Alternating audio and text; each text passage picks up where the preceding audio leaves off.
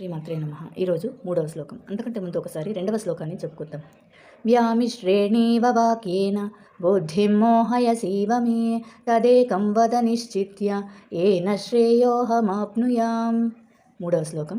శ్రీభగవానువాచ లోకేస్మిన్ ద్వివిధా నిష్ఠా పురా ప్రోక్తా మయా నఘ జ్ఞానయోగేన సాంఖ్యానాం కర్మయోగేన యోగినాం.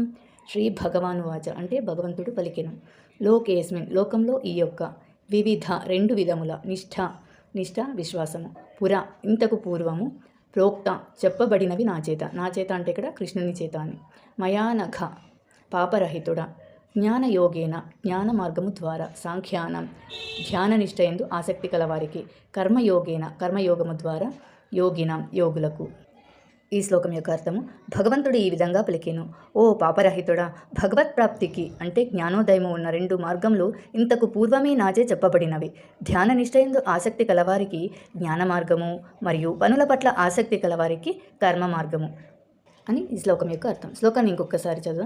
శ్రీ భగవానువాచ లోకేస్మిన్ వివిధా నిష్ఠా పురా ప్రోక్తా మయా నఘ జ్ఞానయోగేన సాంఖ్యానాం కర్మయోగేన యోగినాం.